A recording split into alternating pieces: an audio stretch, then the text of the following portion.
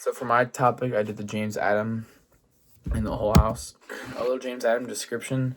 She was born September 6, 1816, Cedarville, Illinois. She was the eighth out of 9 children in her family. She ended up dying May 21st, 1935. She was the first woman president of the National Conference of Social Work. She was a pioneer social worker in America as a feminist and as an internationalist. She founded the International League for Peace and Freedom in 1915. All her life, she's been known as a great leader, and she'd always do things to help people out. How James Addams became famous. She created the Whole House in September of 1889. She helped around 9,000 people per week, mostly immigrants from 28 different countries that came into her mansion. Her example helped inspire more than 400 other settlement houses around the country to help people out.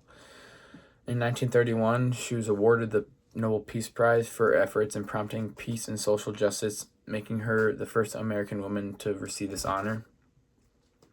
She also focused on helping immigrants integrate and thrive in American society, gaining recognition and for her compassionate approach.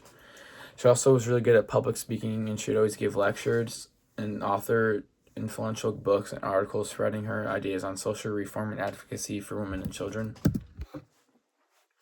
Inside the Whole House description, it opened in September of 1889, located in Chicago, Illinois. It was also co-founded in 1889 by Jane Addams and Ellen Gates Starr. Some common areas. There was spacious areas for gatherings, discussions, and social events, fostering a sense of community and where people would go to get to know each other and talk to other people that lived in the house. There's classrooms that were designated spaces for educational purposes, including adult and children classes. The library is a resource for area to people to check out books needed for class, and it was also good for a good study area.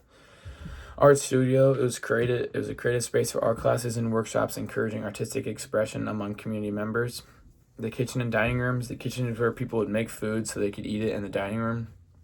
Child care facilities, those areas designated for children who aren't old enough to learn in classrooms yet, so they'd start learning in the early stages of life. Why the Whole House was made, it was made for a lot of great reasons, but one was support for immigrants. It would provide assistance and resources to immigrants adjusting to life in America and give them the place to sleep and eat at night every single day. There was also a bunch of educational opportunities. It would offer educational programs, including adult education, vocal training, and children classes. Empowerment, to improve individuals and families to improve their circumstances and advocate and fight for their own rights instead of sitting back and just letting them walk over them.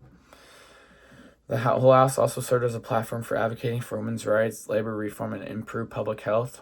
The Whole House also provided legal aid and improvement office, child care, and training in crafting and domestic skills.